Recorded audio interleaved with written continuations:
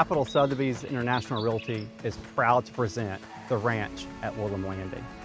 Spanning 146 acres and bordering the Buffalo National River, this ranch is an extraordinary opportunity to explore the first national river to be designated by the United States.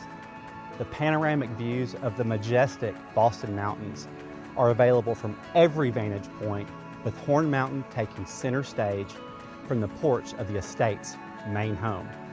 The ranch at Woolum Landing offers a private reserve prime for a corporate retreat center, a wellness refuge, agritourism destination, or a working cattle ranch.